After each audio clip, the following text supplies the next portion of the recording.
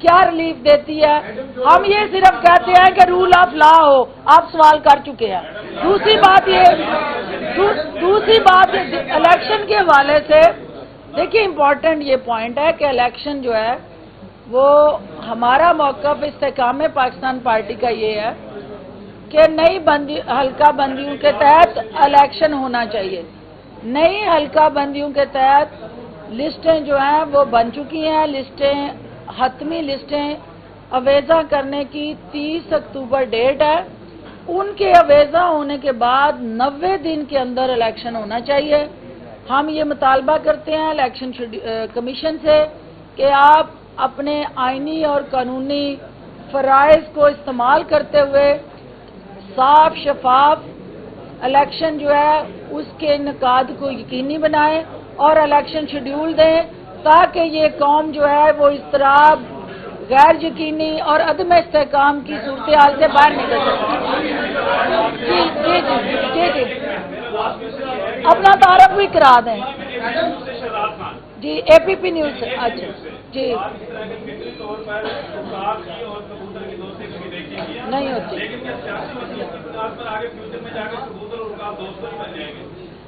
دیکھیں یہ وقت بتائے گا اور آپ دیکھیں گے کہ ہر حلقے میں ہمارا فوکس جو ہے کبوتر کو جھپٹنا ہوگا، شاہین جو ہے کبوتر کو جھپٹ رہا ہوگا، اور اگر سب ایفرٹ کے بعد جب آپ الیکشن کے رزلٹ اور نتائج ہیں وہ تو آپ لوگوں نے فیصلہ کرنا ہے کہ آپ نے شاہین کو جتوانا ہے یا کبوتر بازی کرنی ہے، یہ تو آپ نے فیصلہ کرنا ہے۔